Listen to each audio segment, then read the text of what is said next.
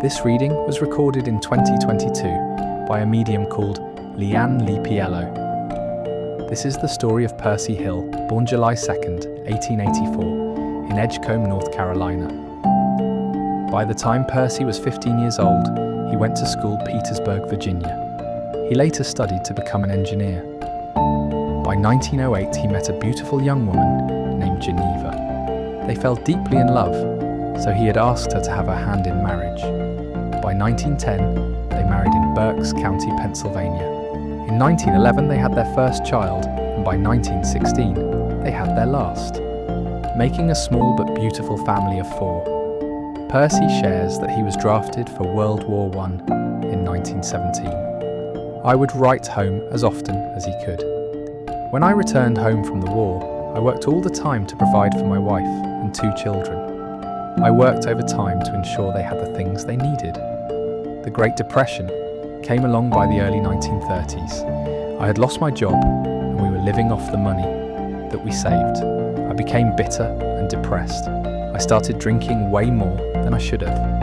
My wife and I started arguing more frequently, and as I became more detached, the more my wife suffered. She ended up leaving me in 1932. I was completely devastated by my wife leaving. It felt like my entire world came crashing down around me. My daughter and I had spent our Christmas alone without my wife. The last week of December 1932, I became sick with the flu. I wasn't taking care of myself anymore. As I became more sick, I spent more time in bed, and gradually I got worse. I developed pneumonia. I was panicked and I was afraid of dying. That night, as I took my last breath, my last thought was of my wife. She was my last thought as I left this world. I was out of my body. I could see myself in my bed. Not long after that, something pulled me into complete darkness. I wasn't afraid though, I was no longer afraid. Then I felt drawn to a white light portal. Once I came out on the other side, it was like waking up from a dream.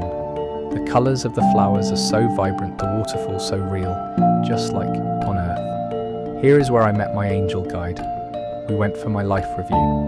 From the moment I was born up until I died, it was like watching a movie. Here I was shown all the happiest events of my life, as well as the errors I have committed.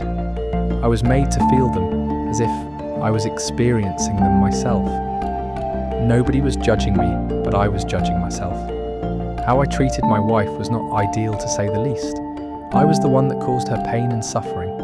The one I loved the most is the one who I hurt the most. After my life review, she was always on my mind. All I could do is watch her from where I was. My angel guides took me to show me around, and this is when I was reunited with my beloved dog, who passed a few years before me. He was so happy to see me. I couldn't believe I could see him running towards me. I was all met by my ancestors and family. For the first time, I have felt so much love and peace. I took on a mentoring job, and now I work full-time as a teacher. Not the kind of teacher you're used to, but a teacher to help those who just passed to learn from their lessons while on Earth, and to teach them for future incarnations. My heart and mind still think of my wife and the love that we shared. I spend lots of time out in the meadows, where there are beautiful flowers and warm, fresh air. I like to read under a tree when I'm not busy teaching. One thing I would like to end with is this. I have reflected on my errors and now understand the ripple effect it has caused. My love for my wife has remained and will for eternity. I am now one of her guides to make things up to her and give her the life she deserves.